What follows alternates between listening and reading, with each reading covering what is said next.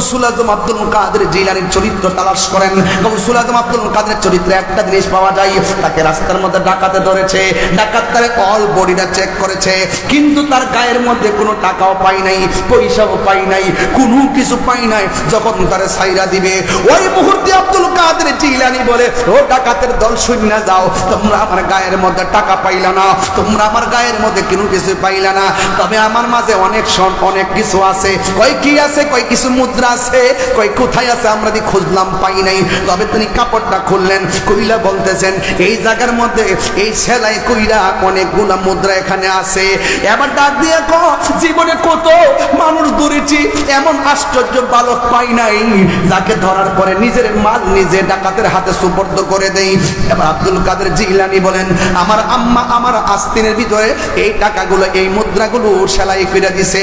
আমার আম্মা আমারে বলছে, ফুতুরে ও ফুত, মিথ্যা কথা কখনো বলিস না। আমি আমার মা বলছে মিথ্যা কথা যেন না বলি, এই জন্য নেন নেন আমার যা আছে তা আপনি নিয়ে যান। ডাকাত দলে ডাক দিয়ে কয়, হে আব্দুল কাদের, টাকা লাগবো না, কোনো কিছুই আমার লাগবে না, তাড়াতাড়ি আমারে কালিমা কইরা মুসলমান বানায়া দাও। আর জোরে জোরে বলুন আল্লাহু আকবার।